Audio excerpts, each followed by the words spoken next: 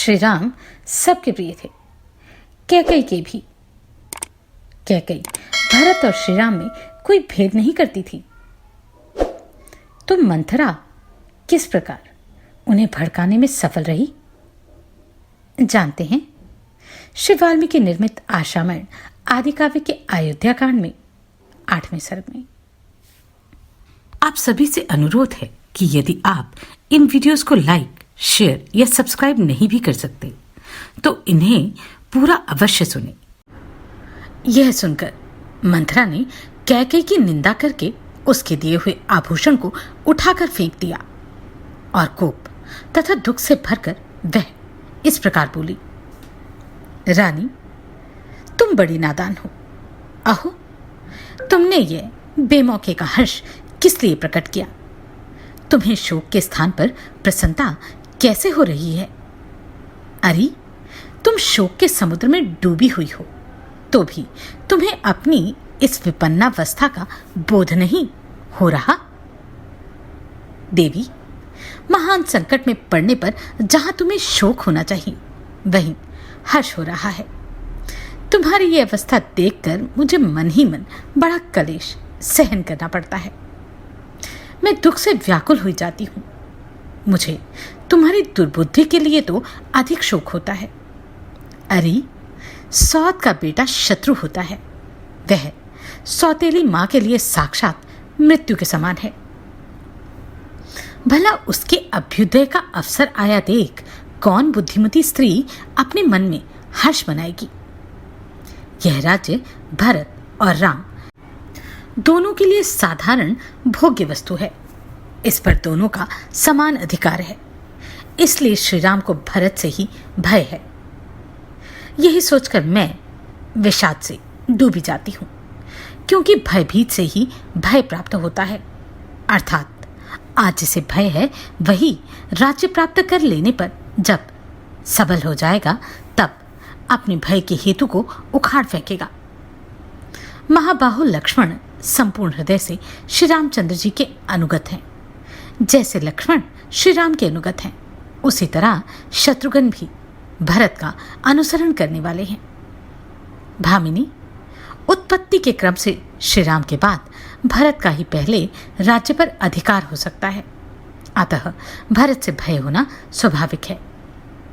लक्ष्मण और शत्रुघ्न तो छोटे हैं, अतः उनके लिए राज्य प्राप्ति की संभावना दूर है। श्री राम समस्त शास्त्रों के ज्ञाता हैं, विशेषतः क्षत्रिय चरित्र अर्थात राजनीति के पंडित हैं तथा समयोचित कर्तव्य का पालन करने वाले हैं। अतः उनका तुम्हारे पुत्र के प्रति जो क्रूरतापूर्ण बर्ताव होगा उसे सोचकर मैं भय से कांप उठती हूँ।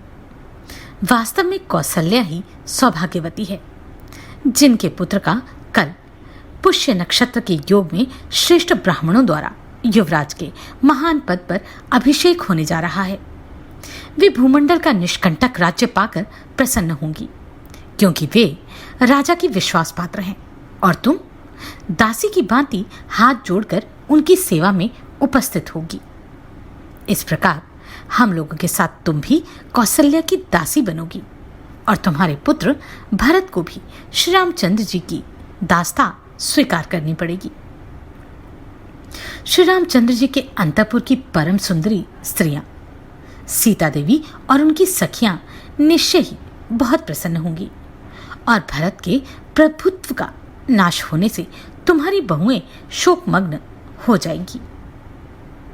मंथरा की अत्यंत अप्रसन्नता के कारण इस प्रकार बहकी बातें करती देख देवी कैकेयी ने श्री राम के गुणों की ही प्रशंसा करते हुए कहा, कुब्जे, श्री राम धर्म के ज्ञाता हैं, गुणवान, जितेंद्रिय, कृतज्ञ, सत्यवादी और पवित्र होने के साथ ही महाराज के ज्येष्ठ पुत्र हैं।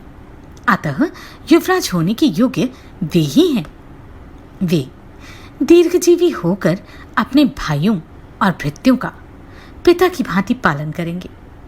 कुब्जे, उनके अभिषेक की बात सुनकर तो इतनी जल क्यों रही है? श्री राम की राज्य प्राप्ति के 100 वर्ष बाद नरश्रेष्ठ भरत को भी निश्चय ही अपने पितामहों का राज्य मिलेगा। मंथरे, ऐसे अभ्युदय की प्राप्ति के समय जबकि भविष्य में कल्याण ही कल्याण दिखाई दे रहा है, तू इस प्रकार जलती हुई सी संतप्त क्यों हो रही है? मेरे लिए जैसे भरत आदर के पात्र हैं, वैसे ही बल्कि उनसे भी बढ़कर श्री राम हैं, क्योंकि वे कौशल्या से भी बढ़कर मेरी बहुत सेवा किया करते हैं। यदि श्री राम को राज्य मिल रहा है तो उसे भरत को मिला हुआ समझ, क्योंकि श्री रामचंद्र जी अपने भाइयों को भी अपने ही समान समझते हैं। कैकेयी की यह बात सुनकर मंथरा को बड़ा दुख हुआ। वह लंबी और गर्म सांस खींचकर कैकेयी से बोली, रानी, तू मूर्खतावश अनर्थ को भी अर्थ समझ रही है। तुम्हें अपनी स्थिति का पता नहीं है। तुम दुख के उस महासागर में डूब रही हो जो शोक अर्थात इष्ट से वियोग की चिंता और व्यसन अर्थात अनिष्ट की प्राप्ति के दुख से महान विस्तार को प्राप्त हो रहा है। कैकेयी राजकुमारी, जब श्री रामचंद्र जी राजा हो जाएंगे तब उनके बाद उनका जो पुत्र होगा उसी को राज्य मिलेगा। भरत तो राज परंपरा से अलग हो जाएंगे। भामिनी, राजा के सभी पुत्र राज सिंहासन पर नहीं बैठते। यदि सबको बिठा दिया जाए तो बड़ा भारी अनर्थ हो जाए। परम सुंदरी कैकेयी नंदिनी, इसलिए राजा लोग राजकाज का भार ज्येष्ठ पुत्र पर ही रखते हैं। यदि ज्येष्ठ पुत्र गुणवान ना हो तो दूसरे गुणवान पुत्रों को भी राज्य सौंप देते हैं। पुत्र वत्सले, तुम्हारा पुत्र राज्य के अधिकार से तो बहुत दूर हटा ही दिया जाएगा।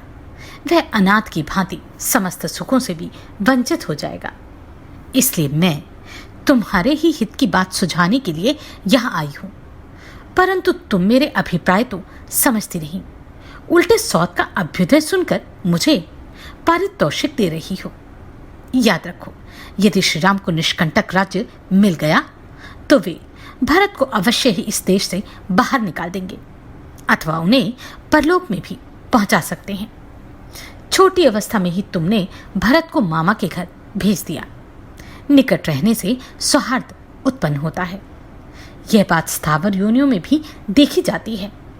लता और वृक्ष आदि एक दूसरे के निकट होने पर परस्पर आलिंगन पाश में बद्ध हो जाते हैं।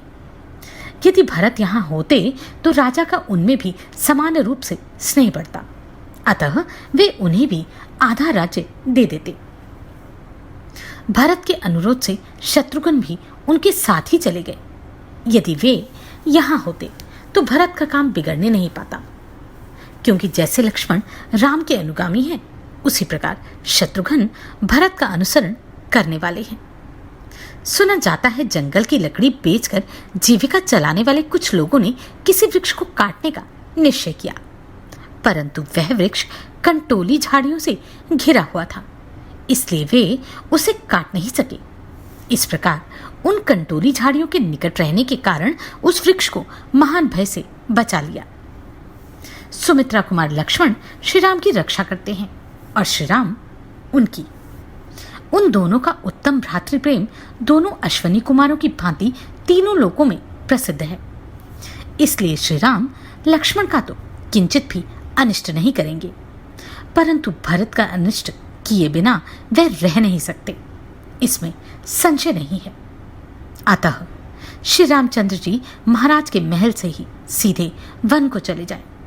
मुझे तो यही अच्छा जान पड़ता है और इसी में तुम्हारा परम हित है। यदि भरत धर्मानुसार अपने पिता का राज्य प्राप्त कर लेंगे तो तुम्हारा और तुम्हारे पक्ष के अन्य सब लोगों का भी कल्याण होगा। सौतेला भाई होने के कारण जो श्री राम का सहज शत्रु है, वह सुख भोगने के योग्य तुम्हारा बालक भरत राज्य और धन से वंचित हो राज्य पाकर समृद्धिशाली बने हुए श्री राम के वश में पड़कर कैसे जीवित रहेगा? जैसे वन में सिंह हाथियों की युद्धपति पर आक्रमण करता है और वह भागा फिरता है, उसी प्रकार राजा राम भरत का तिरस्कार करेंगे। अतः उस तिरस्कार से तुम भरत की रक्षा करो। तुमने पहले पति का अत्यंत प्रेम प्राप्त होने के कारण घमंड में आकर जिनका अनादर किया था, वे ही तुम्हारी सौत श्री राम माता कौशल्या पुत्र की राज्य प्राप्ति से परम सौभाग्यशालिनी हो उठी हैं। अब वे तुमसे अपने बैर का बदला क्यों नहीं लेंगी?